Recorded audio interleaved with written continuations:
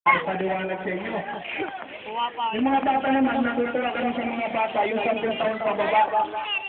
Eh, yung 11 years na taas, pasensya muna.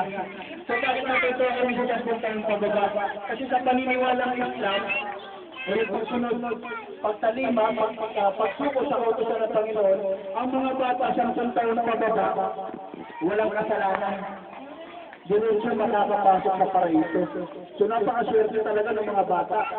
So kung ako nung bata ko, hindi ko sana wag nang tumanda pero tatanda ka talaga, di ba? So ang pinaka-isa pa na lahat nagkakasundo, yung lahat ng may buhay, makakatikim ng kamatayan. So wala pa siguro na invento, no? Nagamot na tayo mamamatay, di ba? Kaya marami nalulusyo pero talaga nagsusikap, makabili ng kung mga herbal, o kaya kung ano-ano yung doktor, nakagaling na doktor. Pero kahit anong gawin natin, mamamatay rin tayo. So hindi natin matatakasan yung kamatayan. Napagkasunduan niya, kahit mga scientists, wala pang nai-invento. Kahit sa Biblia, ang may buhay ay mamamatay, makakatikim ng kamatayan. Yan yung sa Quran. Yung Quran yan yung Last Testament o pinaniniwalaan ng mga Muslim. So ang mga Muslim, kahit din sa mga kasulatan sa Biblia, naniniwala rin yung totoong kasulatan. So nasa Quran na sabi sa Arabic, sa wikang Arabic, yung original niya, para walang halong daya, ang sabi ay, kullu nafsin dha'iqatul maut. Ang lahat ng may buhay ay makakaranas ng kamatayan. So bakit makakaranas? Makakatikim. Hindi sinabi ng lahat ng may buhay ay tuluyang pamamatay. Hindi sinabi gano'n. Kaya makakatikim lang dahil ang pagkamatay, yan ang daan tungo sa kabilang buhay. Yung buhay na walang hanggan. Pwedeng sa impyerno, pwedeng sa paraiso. So mahabang talaking pa yun. So ang ipapaliwanag ko ngayon, sino ba ito mga tinatawag na Muslim? Kasi pag narinig ng Muslim, automatic yan, di ba? Yung Muslim na yan, mahihilig sa gulo, di ba? Abu Sayyaf, mayalit. So yan na agad yung tumatapak sa isip natin. Pero kung mauunawa natin na ang ibig sabihin ng salitang Muslim, ito ay hanggang Arabic. Umikang Arabic, bra. Yan mo na kung gusto mo muna yan, para maliwanag. So, ang Muslim, sa commercial muna, so, kumbaga yan ang pagkain binibigay namin sa inyo, nagpapasalamat kami dahil sa langgap nyo. So yan, ang panandalian lang yan, maulubos na yan, di ba? Tulad ng galing ako ng Tacloban, San Blandon, Relief Operation, alam niyo Yolanda, di ba? 1 week, halos 2 weeks din ako sa Zamboanga, Relief Operation. So nagbibigay kami ng relief goods, pero lagi ko sinasabi, yung relief goods na yan, isang araw, 2 araw, ubus na yan.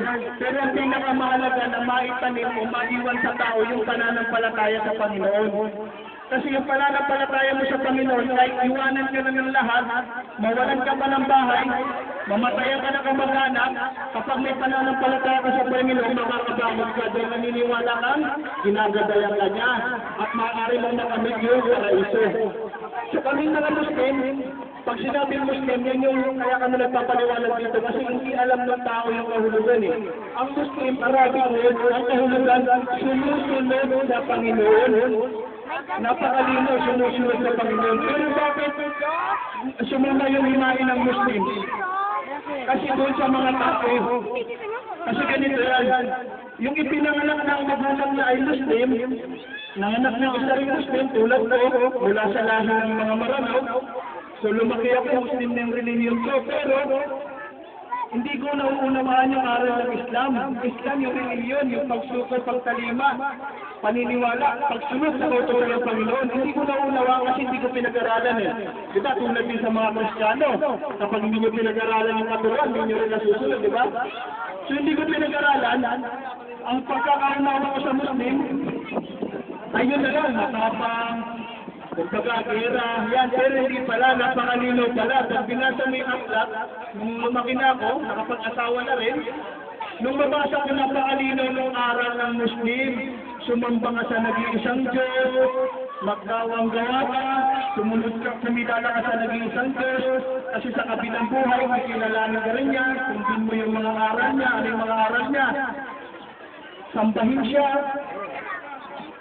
mag-ayudo, Yung mga aral na ginawa rin ni Propeta Jesus na nag-ayuno, sumamba sa laging sa Diyos, yun pala yung aral ng Islam. So hindi pala yung mga gulo. So nung naunawaan ko na nun, na ganun pala yung mga aral, unti-unti na natin pinaparating. Dami pa nagmimerenda. So, unti-unti natin pinaparating yung Islam para maunawaan. So, yung Muslim, ang ibig sabihin, sumusunod sa utusan ng Panginoon. Pero ano nangyayari kapag may Muslim na nakagawa ng krimen, di ba? Halimbawa, may Muslim na may nasakot sa gulo. Ay, Muslim yun, naggulo yun. Di ba? Ganun agad. Kasi ganito yan. Ang isang driver, sinong driver dito? May driver dito, no? Driver. Nagdadrive na sasakyan, ikaw lang, no? Nagdadrive, di ba? So, halimbawa ang driver, nasa stoplight. Yung stoplight, naka-red time. Di ba, sabi, stop? Yung driver, nag-go. Sinong sisisi natin? Yung traffic light na batas? O yung driver? Driver, di ba? So, ganoon din po. Sa Islam, sa pananampalatayang Islam, yung Muslim, yun yung driver. Yung Muslim, kapag nakagawa ng mali, yung tao na yun, ang dapat sisihin hindi yung Islam o yung aral ng Muslim. So hindi, yung tao lang na yun. So ibig sabihin, kaya bakit tinatawag ko rin siya Muslim kahit lumalabag? Kasi po yung mga Muslim, kaya kahit anong gawin niya, matatawag pa rin Muslim. Kasi may isang bagay na sinusunod nila eh. May isang bagay, kumilala sila sa naging isang Diyos. Kaya nananatiling Muslim sila. Pero ano man yung gagawin nilang kamalian, paparusahan sila. So sa kabilang buhay, itintangin yung nagawa natin mabuti. Kung 51% mabuti, diretso siya, paraiso. Kung 49% masama, paraiso pa rin. So kung 51% masama, impyerno na. So siguro niisip ng iba, ganun pala, mag-hold up lang ngayon. Kasi 49% pa lang yung pang-hold up, diba? Tapos bukas, 51% nagawa ko ng kabutihan, ganun pala yun. Hindi ganun. Kasi mali, masusang na may hold up, masusang namatay, diba? So diretso yung perno na. So pinaka-the-best, mag-focus tayo sa kabutihan. Kabutihan, ibig sabihin ng marami ayaw magbaliklod sa Panginoon dahil iniisip niya, kapag nagbaliklod siya sa Panginoon, magiging santo na. Ganon. Tao lang tayo, unti-unti, pag-aaralan natin, isa sa buhay natin. Pero ang pinaka-number 1 yan, kumilala tayo sa nag-iisang Diyos. Kumilala tayo, parang ganito na sa paligsahan. Alam niyo naman yung mga paligsahan, di ba, sa Olympics? May rush yan. Ang unang-unang, di ba may rush? Kahit nauna ka doon sa finish line, kapag lumabag ka sa rush, disqualified ka. Di ba? So ang role ng Panginoon, ulalanin mo siya na nag-iisang Diyos. Kahit anong gawin mo ng kabutihan, kung hindi ka kumingilala sa nag-iisang Diyos, disqualified ka. Kasi minamahal mo nga yung magulang mo. Yung lumikha naman sa magulang mo at lumikha sa'yo na nagbigay sa'yo ng buhay, hindi mo minamahal, di ba? Ang bait-bait mo sa mga tao. Okay na, wag na akong sumamba kasi mabait ako sa mga tao, nagkakawang-wawa ko eh. Okay na yun. Pero yung pinakamahalaga na pagsamba sa nag-isang Diyos, yun yung nakakalimutan ng tao. So napakalaga talaga, pag-aralan natin, malaman natin, makilala natin. Marami magtatalakayan dito. So yun, ilinaw natin kung ano yun, mga Muslim. So kapag gumagawa ng kalokohan, hindi yun matatawag na Muslim sa pagsunod sa paniniwala sa aral. Naging Muslim lang siya dahil kumilala sa nag-iisang Diyos. Pero at least Muslim pa rin, ha? Pero kapag gumawa ng mga kamalian yun, lumalabas na sa aral ng Islam. So, kaya nandito kami, ipinapaliwanag namin sa inyo kung ano yung Islam, kung ano yung mga Muslim. Kasi ito po yung pinakamahalaga. Sa amin po, hindi namin kailangan ng donasyon o ano pa man. Sa pananampalatayang Islam, pinagbabawal yun. Kami dapat ang nagbigay. So nandito kami dahil ang obligasyon ng bawat Muslim na kung ano yung makakabuti sa kanyang kapatid, ay ibigay niya. So, nagtataka yung iba, bakit ang mga Muslim, pag may gulo, sama-sama yan. Kasi nasa aral ng Islam, na kung ano yung gusto na sa iyong sarili na makakabuti, dapat gawin mo rin sa kapwa mo yung rin Muslim. Nasa aral din ng Islam, na hindi ka pwedeng magpakabuso kung yung kapitbahay mo nagugutom. So hindi pwede. Bawal sa amin na nagluluto kami ng masarap yung kapitbahay namin, sumasakit yung tiyan sa luto. Bawal yun sa Islam. So ganun yung kapatiran sa Muslim. Saka kami, unang-una, dilinawin ko, ang Muslim, hindi tutulad ng mga Buddhism, di ba? Sumasamba sa Buddha, o mga Hinduism, so sumasamba sa mga leader nila kung ano pa man, o sumasamba sa ibulto. Ang Muslim po, ang Islam, ang sinasamba namin yung nag-iisang Diyos. Yung Allah, salitang wikang Arabic yun. So kapag yung last word ay nag-iisang Diyos. So ang mga Muslim, ang paniniwala ng mga Hudyo, naniwala sila kay Propeta Moises, di ba? Ang mga Kristiyano, naniwala kay Propeta Moises at kay Jesus. So ang mga Muslim, naniwala kay Propeta Moises, naniwala kay Propeta Jesus, naniwala kay Propeta Muhammad. Yan yung pagkakaiba-iba. Kaya ang pinakamalapit sa Muslim, mga Kristiyano. Kasi kami po, hindi kami matatawag ng Muslim kung hindi namin mahal si Jesus. Si Propeta Jesus bilang propeta. Nakita niyo ito, may baldas ako, di ba? So si Propeta Jesus may baldas siya.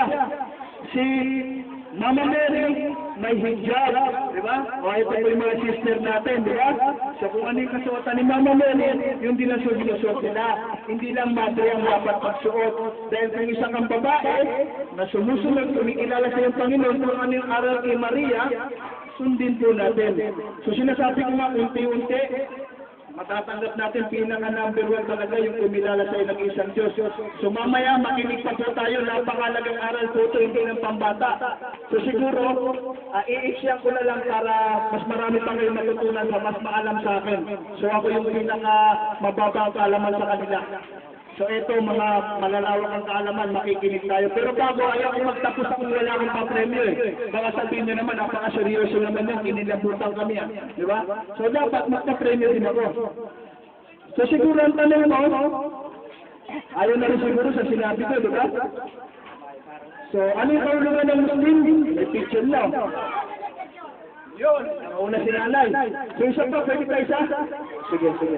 Pwede tayo isa. Ha? Isa pa, ha? O sige. Yung medyo maganda bro, parang wala yata akong budget dito, ha? So ito, ha? Ito, medyo po. Ang mga Muslim, anong propeta ang pinaniwalaan nila na pinaniniwalaan din ng Hudyo at ng Kristiyano? Propeta Jesus, Propeta Moises. Sino pa? Sayang, sumablay na. Yun yung nasa finish line na disqualified ka, sayang. Yung isa, tatlo yun eh. Naniwala kay Propeta Moises, Propeta Muhammad na kabawi. Pinagbigyan natin.